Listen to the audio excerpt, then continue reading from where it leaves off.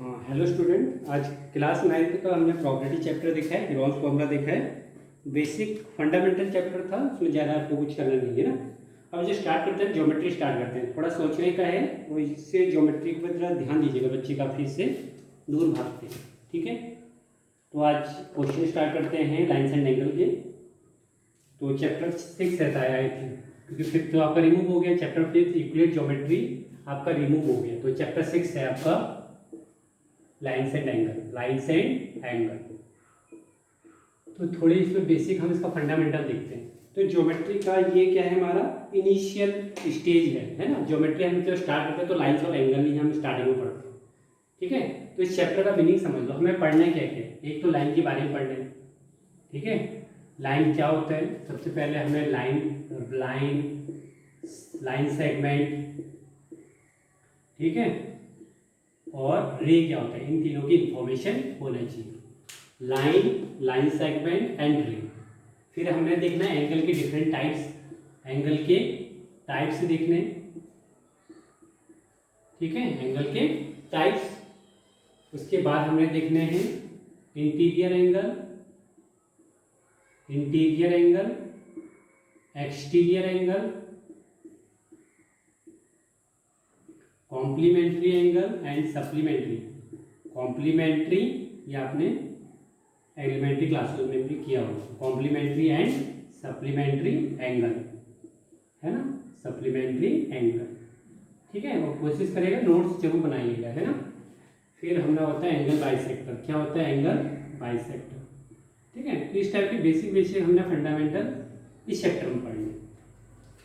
ठीक है, तो ये हमारा क्या है, ब्रीफ एक्सप्लेनेशन है जो कि हमने चैप्टर में पढ़ना है। लाइन्स के बारे में देखना है जरा, फिर एंगल के टाइप्स के बारे में, इंटीरियर एंगल क्या होता है, एक्सटीरियर एंगल क्या होता है, कॉम्प्लीमेंट्री एंड सप्लीमेंट्री एंगल क्या होता है, और एंगल बाइसेक्टर क्या होता है। ठीक है,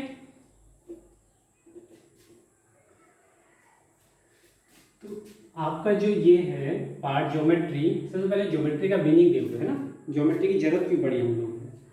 तो ये ज्योमेट्री का फंडामेंटल यूनिट है। क्या है, फंडामेंटल यूनिट। जैसे ज्योमेट्री का जो फंडामेंटल यूनिट है, हम बात करते हैं ज्योमेट्री का फंडामेंटल यूनिट, फंडामेंटल यूनिट, है ना, या बिल्डिंग ब्लॉक, है ना, जो भी बोल सकते हो।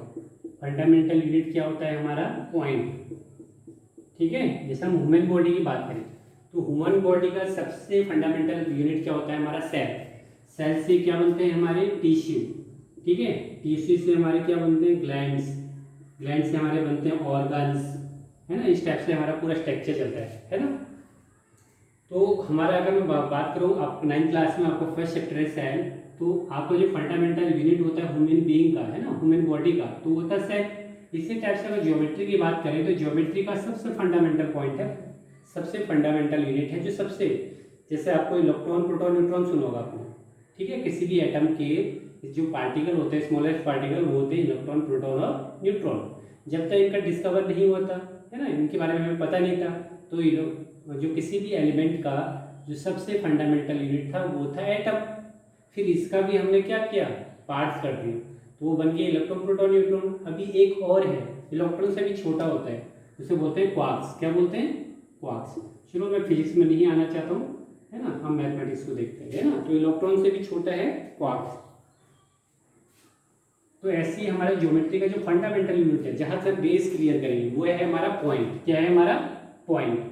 तो ज्योमेट्री का मीनिंग होता है, जियो मीन्स होता है अर्थ। जियो मीन्स क्या होता है, अर्थ। ठीक है, और मैट्री मीन्स मतलब होता है मेजरमेंट। क्या होता है, मेजरमेंट। तो अगर देखो अर्थ इतना बड़ा है, ठीक है, तो उसके लिए एक अलग सी ब्रांच है ना।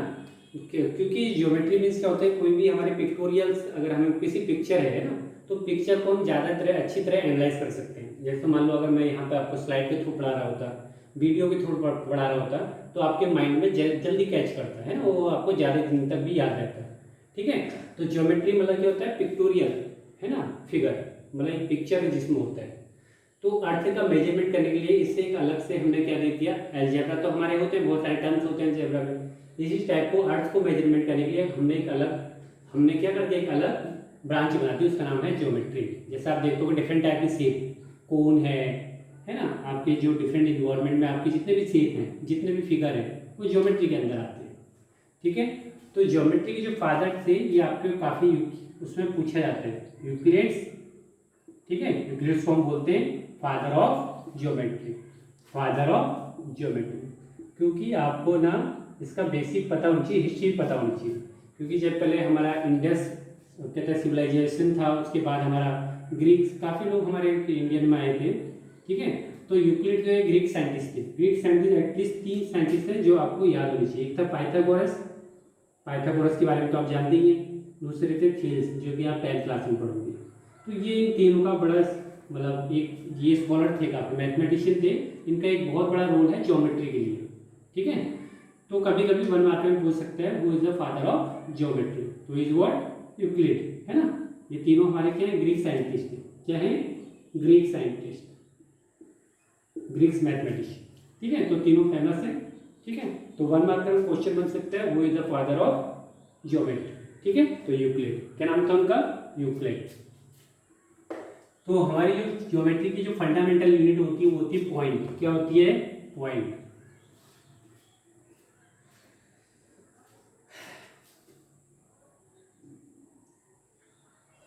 तो पॉइंट जो होता है हमारा एक सिंपल पॉइंट होता है, ये सिंपल है ना।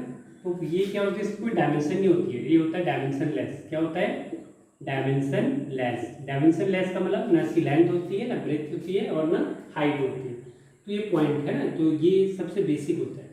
इसके बाद आता है लाइन, इसके बाद हम बात करते हैं लाइन क्या होती है। ठीक है, तो मैं इसकी थ्योरी तो आपको लिखाऊंगा नहीं, है ना, तो आप ये ऐसे ही समझ लीजिएगा। अगर हमारे ये कोई रे है, ये कोई लाइन है, इसकी का जो इनिशियल पॉइंट है और फाइनल पॉइंट आपको पता ही नहीं है, मतलब आप इसे मेजर नहीं कर पा रहे, है ना। जो इसकी लेंथ है वो क्या है, इन्फिनिटिव, लेंथ क्या है इसकी, इन्फिनिटिव। ठीक है, ये एक्सपेंड होती जा रही है ना, मतलब आप इससे मेजर नहीं कर सकते हो, तो इससे आप बोलते हो लाइन। क्या बोलते हो, लाइन। ठीक है, जनरली हम इसे कैसे रिप्रेजेंट करते हैं, ए बी, है ना, कोई बोलेगा ए बी लाइन, या सिंगल में बोल सकता है ए लाइन या एम लाइन। ठीक है, तो इससे आप 2 अल्फाबेट के थ्रू भी आप क्या कर सकते हो, डिनोट कर सकते हो, और सिंगल लाइन के, सिंगल अल्फाबेट के थ्रू भी आप रिप्रेजेंट कर सकते हो। ठीक है, अगर मैं इसकी डेफिनेशन बोलूं, line is a path of point. ठीक है, बहुत सारे पॉइंट है हमारे। ठीक है, having the length is infinity, having the length is infinity. बहुत सारे पॉइंट हमारे, ये क्लोज है, एक दूसरे के क्लोज है, बहुत ज़्यादा क्लोज। तो हम इन पॉइंटों को मिला दिया तो हमें एक लाइन बन गई। ठीक है, लाइन की सबसे मेन खासियत क्या है, इसकी लेंथ को हम मेजर नहीं कर सकते क्योंकि ये इन्फिनिटी होता है। ठीक है, तो हम इसे जनरली हम 2 अल्फाबेट के थ्रू हम रिप्रेजेंट कर सकते हैं, या सिंगल अल्फाबेट के थ्रू भी रिप्रेजेंट कर सकते हैं। बात करते हैं फिर लाइन सेगमेंट की, किसकी, लाइन सेगमेंट। तो लाइन सेगमेंट हमारा क्या हुआ, लाइन सेगमेंट, लाइन सेगमेंट क्या होता है, it is a path of point. ठीक है, अगर हम बहुत सारे पॉइंटों को मिला दें पर, लेकिन ये फिक्स हो जाएगा, ये हमारा फिक्स हो गया। ठीक है, इसे हम मेजर कर सकते हैं। तो ये हमारी ए बी है। ठीक है, तो ये हमारी जो लेंथ होगी ये होगी फिक्स, मान लो 10 सेंटीमीटर, 12 सेंटीमीटर, तो इसकी फिक्स लेंथ होती है। लाइन की क्या होती है, इन्फिनिटिव, है ना, मतलब उसे मेजर नहीं कर सकते। जबकि लाइन सेगमेंट में हम किसी भी लाइन सेगमेंट को मेजर कर सकते हैं। ठीक है, इसकी एक फाइनाइट लेंथ होती है। ठीक है, और कैसे रिप्रेजेंट करते हैं हम, ए बी के ऊपर बार लगा देते हैं। क्या लगाते थे, बार या डैश लगा देते हैं। अगर सिंगल फॉर्म में दिखाना है तो इस टाइप से। ठीक है, तो रिप्रेजेंटेशन का तरीका और इसकी डेफिनेशन आपको पता होना चाहिए। फिर थर्ड आता है आपका रे। थर्ड क्या आता है आपका, रे। रे क्या होता है,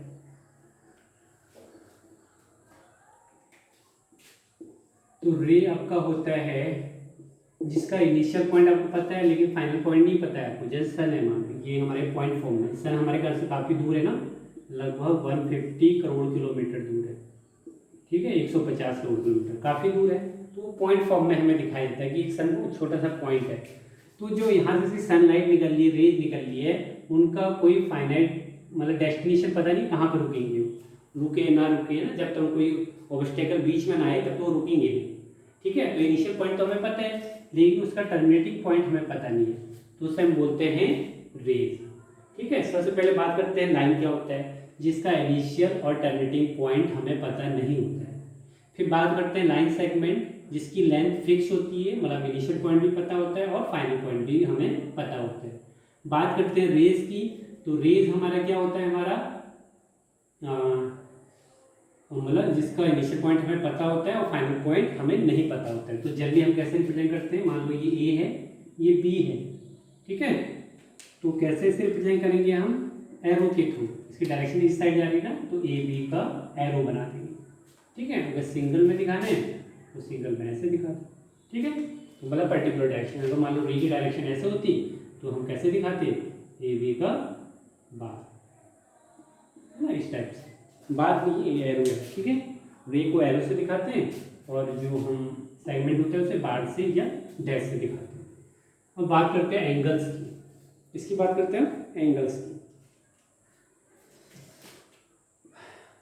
तो एंगल सबसे पहले पता होनी चाहिए। अगर टू रे आपस में इंटरसेक्ट करें, ठीक है, ये फर्स्ट रे है, मान लो ये एल है, ये एम रे है, तो सबसे पहले आपको पता होना चाहिए इसमें कितने एंगल बन रहे हैं। अगर कोई बच्चा मुझसे बोलेगा इसमें 4 एंगल मेजर हो रहे हैं, तो ऐसा पॉसिबल नहीं है, ठीक है।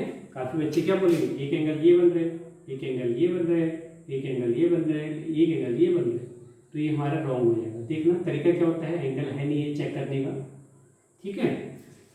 अगर दो रे सेम डायग्राम में सेम डायरेक्शन में है, मतलब अगर वो आउटसाइड है तो दोनों आउटसाइड होने चाहिए। देखो एंगल को मेजर करने के लिए एटलीस्ट 2 रे चाहिए ना आपको, या तो दोनों आउटसाइड होने चाहिए या दोनों इनसाइड होने चाहिए, मतलब अंदर की तरफ होने चाहिए, तभी हमारा क्या मेजर क्या फॉर्म होता है, एंगल फॉर्म होता है। सपोज मैं इसकी बात कर रहा हूँ, ठीक है, ये हमारे से बोलते हैं वर्टेक्स, क्या बोलते हैं, वर्टेक्स, ठीक है। वरना बोलते हैं आर्म्स, इन्हें हम क्या बोलते हैं, आर्म्स, ठीक है, जो एंगल बन रहे हैं। देखो तो इसमें रख पड़े तो आप इसे रिप्रेजेंट करते हैं वर्टेक्स, जहाँ भी दोनों रेज आपस में इंटरसेक्ट करते हैं, पॉइंट ऑफ इंटरसेक्शन को हम क्या बोलते हैं, वर्टेक्स, क्या बोलते हैं, वर्टेक्स, ठीक है। अब देखो ये मैं इसकी बात करता हूँ पहले, मैं अगर ये मैं पता करना है ये एंगल है नहीं है तो चेक करना, ये भी आउटसाइड में जा रहा है, ये देखो ये भी आउटसाइड और ये भी आउटसाइड, तो ये एंगल हो सकता है, तो ये हमारा एंगल होगा, इसका नाम रख देता हूँ, ठीक है। अब बात करते हैं इसकी, ये एंगल है नहीं ये वाला, तो ये एंगल नहीं है, क्यों, क्योंकि इसकी डायरेक्शन क्या है, ऐसा आ रही है ना डायरेक्शन ऐसे करके, तो ये आ रहा है इनसाइड और ये जा रहा है आउटसाइड, तो ये हमारा एंगल नहीं बन सकता, ये हमारा एंगल नहीं बन सकता, ठीक है। अब बात करते हैं इसकी, इसकी डायरेक्शन क्या है, ऐसे, तो ये भी वर्टेक्स की तरफ आ रही है रे और ये भी आ रही है, तो डायरेक्शन सेम है, इसका मतलब ये एंगल बन सकता है, ये एंगल बन सकता है, ठीक है। अब बात करते हैं इसकी, ये आ रहा है और ये जा रहा है, तो ये हमारा एंगल नहीं बन सकता। तो इसका अगर काफ़ी बच्चे क्या इसमें देते हैं, इसका जो जवाब होता है कि 4 एंगल बन रहे हैं ना, 4 एंगल बन रहे हैं, 1 2 3 4, जबकि वो रॉन्ग है ना। एंगल्स के लिए नेसेसरी कंडीशन क्या है, या तो दोनों रेज की आर्म जो है सेम डायरेक्शन में होने चाहिए, ठीक है। तो मान लो ये हमारा ये है, ये एंगल है, दोनों की देखो आउटवर्ड है ना दोनों रे, ये हमारा क्या वर्टेक्स है, वो ये मैं ए मान लेता हूँ इस पॉइंट को, और इस पॉइंट को मान लेता हूँ बी। तो ये जो एंगल बनता है इसे हम कभी कभी थीटा से दिखाते हैं, किससे दिखाते हैं हम, थीटा से, किससे दिखाते हैं, थीटा से, ठीक है, एंगल। इसकी जो यूनिट होती है, यूनिट हमारी होती है डिग्री, क्या होती है, डिग्री, ऐसे लिखते हैं ना, 5 डिग्री 90 डिग्री है ना। एक होता है रेडियन, रेडियन अभी आपको नहीं पढ़ना है, वो आपको हाई स्टडीज में पढ़ना है 11th 12th, ठीक है। तो एंगल कैसे चेक करना है, एंगल है नहीं है, दोनों रेज का जो डायरेक्शन है वो सेम होना चाहिए। फिर हमने देखा कि कैसे हम इसे डिनोट करते हैं मैथमेटिकली, थीटा के फॉर्म में, ठीक है। और इसकी यूनिट क्या होती है, डिग्री, क्या होती है यूनिट, डिग्री, ठीक है, ठीक है इतना। अब बात करते हैं हम एंगल्स के टाइप्स की, एंगल्स के टाइप्स की, ठीक है, isn't it? तो एंगल के जो टाइप्स हैं, सबसे पहला आता है हमारा 0 डिग्री, जीरो एंगल है ना, तो पहला पार्ट है जीरो एंगल, जीरो एंगल।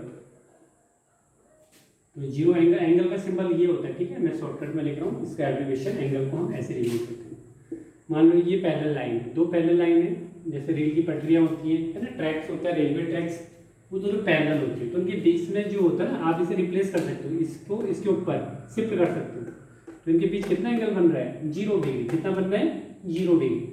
तो अगर थीटा की वैल्यू 0 डिग्री होगी तो उसे हम क्या बोलते हैं?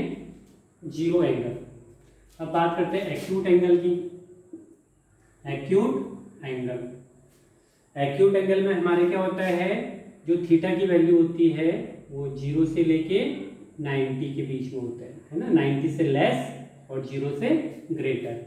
ठीक है, सपोज इस टाइप का अपने डायग्राम लिया ए ओ बी, है ना, तो ये आपको जो थीटा है लेस देन 90 है। क्या है? Less than 90। ठीक है, अब आप प्रोटेक्टर की हेल्प भी ले सकते हो। ठीक है, फिर थर्ड है हमारा right angle triangle. Right angle triangle, triangle नहीं, राइट एंगल।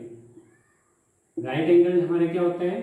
जिसमें थीटा की वैल्यू एग्जैक्ट 90 हो। एग्जैक्ट क्या हो? 90। सपोज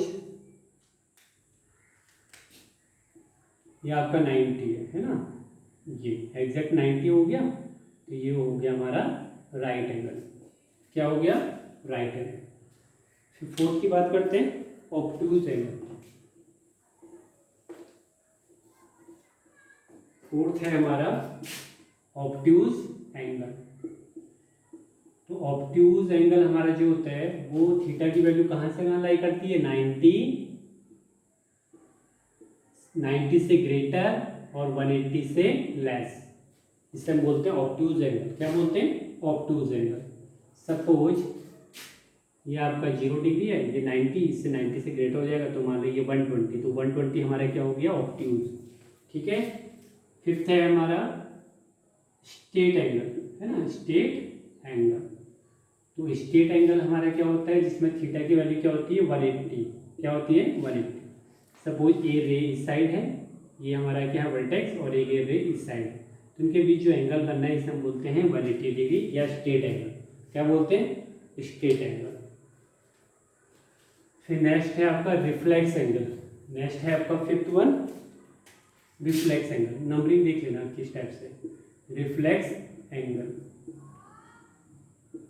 तो रिफ्लेक्स एंगल क्या होता है? 180 से ग्रेटर, ठीक है, और 360 से लेस। 360 से लेस जो कंप्लीट होता है ना, मान लो ये है, आप घूम फिर के वहीं आ गए, इसे बोलते हैं कंप्लीट 1 रिवॉल्यूशन। तो एक रिवॉल्यूशन में आपको जो पूरा जो एंगल मेजर होता है वो होता है 360 डिग्री। ठीक है, तो 180 डिग्री और 360 के इन बिटवीन होगा, उसे हम बोलेंगे रिफ्लेक्स एंगल। ठीक है, ये क्वेश्चन देखो जनरली पूछा जाता है। सपोज ये 30 डिग्री है ना, ए ओ बी, ये आपको 30 डिग्री पूछिए, थीटा की वैल्यू 30 डिग्री गिवन है, पूछिएगा इसका रिफ्लेक्स एंगल बताओ। Reflex of A O B, reflex of A O B, ऐसा क्वेश्चन में पूछे है मान लो सपोज। ठीक है, तो रिफ्लेक्स का मतलब होगा जो आउटर वाला जो बचा हुआ एंगल होगा, जो देखो ये तो 30 दे रखा है, तो रिमेनिंग जो एंगल होगा इसी को हम बोलेंगे रिफ्लेक्स एंगल। क्या बोलेंगे? Reflex angle. ठीक है, ये बात।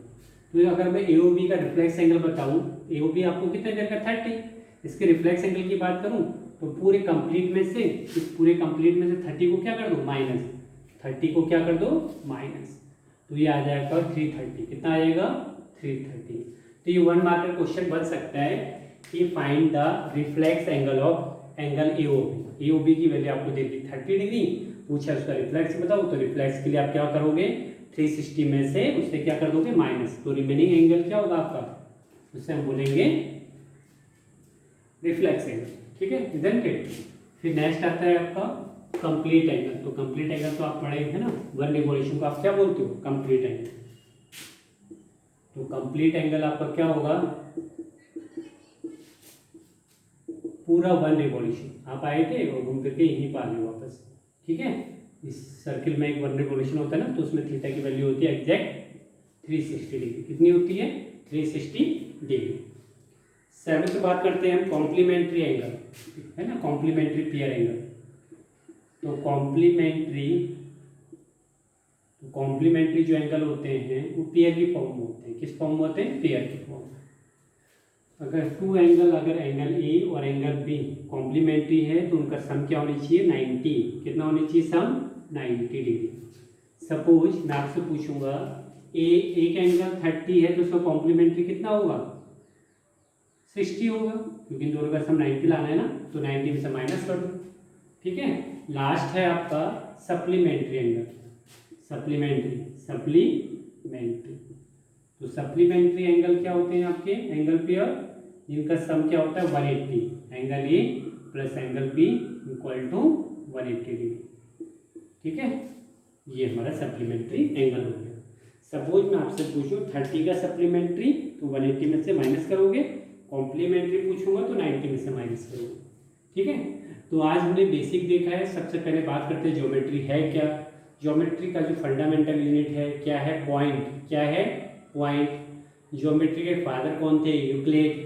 ठीक है, फिर हमने डिफरेंट टाइप के क्या देखे, हमने एंगल कैसे बनते हैं, एंगल का मेजरमेंट क्या होता है, एंगल की यूनिट क्या होती है, उसके हमने डिफरेंट टाइप्स के एंगल्स को फाइंड आउट मतलब देखा है, इसकी डेफिनेशन देखी है।